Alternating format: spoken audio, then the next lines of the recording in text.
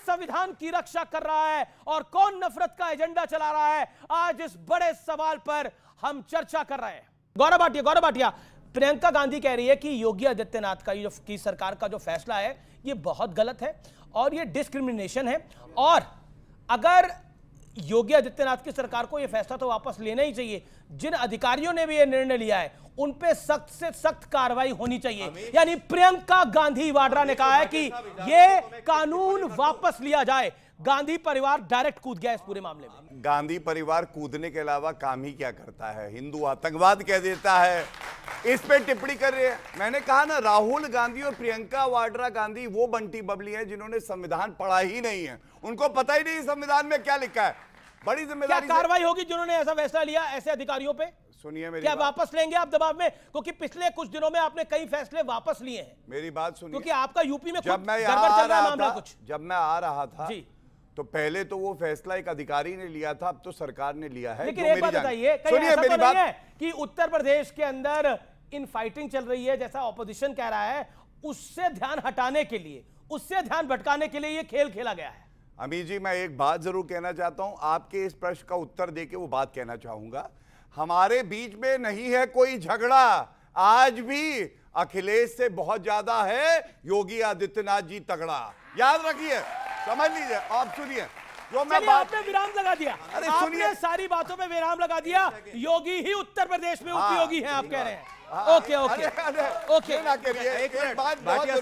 भाटिया साहब मुझे कहने भाटी जी कुछ कहना चाह रहे हैं। देखिए इनकी जरूरी है, देखिए इन्होंने 2017 में बड़ा कुछ झेला है जी। नहीं, इन्होंने एक तुकबंदी बोल दी और आपने ताली बजा दी, लेकिन कितना तगड़ा मैं बता देता हूँ। नहीं, योगी जी मुख्यमंत्री है भैया, आधा कौन है? अखिलेश यादव। अब ये इतना तगड़ा है। अब राजकुमार भाटी की योगी जी, सारी पुलिस, सारा प्रशासन, पूरा मंत्रिमंडल, पूरे यूपी के गुंडे बदमाश, सारे पूंजीपति लगा के 33 सीट जीत का है। अखिलेश यादव 37 सीट जीत का है अपने अकेले दम पे।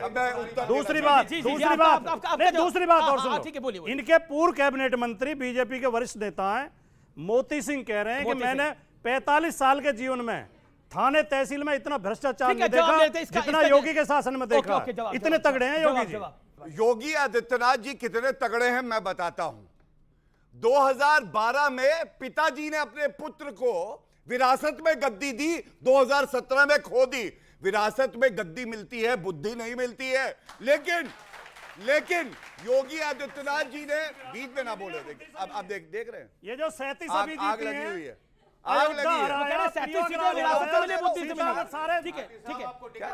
सुनिए, मुझे हर बार टिकट मिलता है, मुझे हर बार टिकट। आपके मुंह से टिप्पणी की उम्मीद नहीं थी, इतनी हल्की टिप्पणी आप जैसे बात कहना चाहूंगा। मुझे हर विधानसभा चुनाव में टिकट मिलता है, 12 में मिला, 17 में मिला, 22 में टिप्पणी करी, उन्हें हर विधानसभा में मिलता है, वही बीच में बिना मांगे हर बार टिकट मिलती है। योगी आदित्यनाथ जी वो व्यक्ति हैं जिनको 2017 में मुख्यमंत्री जनता ने बनाया और काम किया, निष्ठावान है, प्रभु राम का आशीर्वाद मिला। 2022 में पुनः मुख्यमंत्री जनता ने बनाया, किसी विरासत की गद्दी को नहीं उन्होंने संभाला।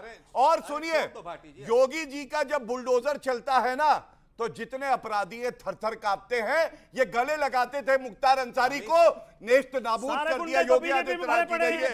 याद रखना, ये योगी आदित्यनाथ।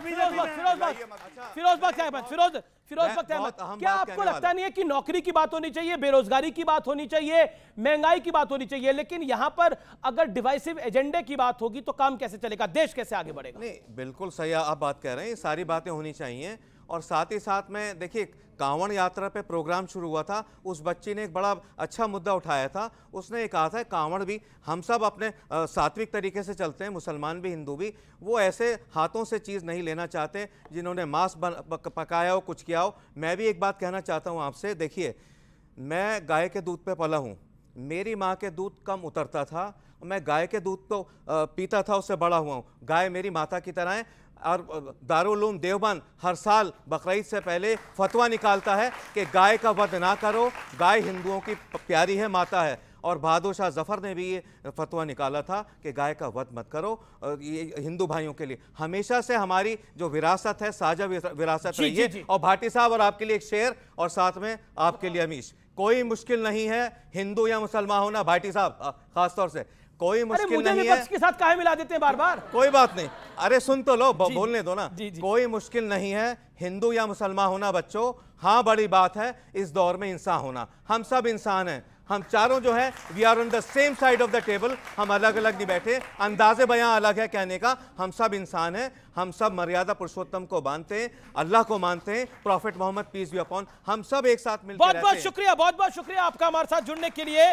लेकिन क्योंकि अखिलेश यादव ने मॉनसून ऑफर दिया था, तो केशव प्रसाद मौर्य ने उस मॉनसून ऑफर का जवाब ऐसे दिया कि मॉनसून ऑफर को 2027 में 47 पर जनता और कार्यकर्ता फिर समेटेंगे। एक डूबता जहाज और समाप्त होने वाला दल जिसका वर्तमान और भविष्य दोनों खतरे में है, वो मुंगेरी लाल के हसीन सपने देख रहा है। यानी बीजेपी इस हफ्ते के अंत तक उत्तर प्रदेश को सॉर्ट आउट कर पाई है। इसीलिए गौरव भाटिया ने भरे कार्यक्रम में बोला कि योगी आदित्यनाथ है तगड़ा। इसके अपने तरह से बहुत मायने हैं। तो फिलहाल आज के इस विशेष कार्यक्रम में इतना ही। आपने आर पार को इतना प्रेम दिया, एक बार फिर देश का नंबर 1 शो बनाया, इसके लिए धन्यवाद। और अपार समर्थन आपने आर पार को दिया, इसके लिए आपका विशेष विशेष धन्यवाद। आपका बहुत बहुत धन्यवाद, मेरे युवा मित्रों का, मेरे मेहमानों का बहुत बहुत शुक्रिया। फिलहाल आर पार में इतना ही।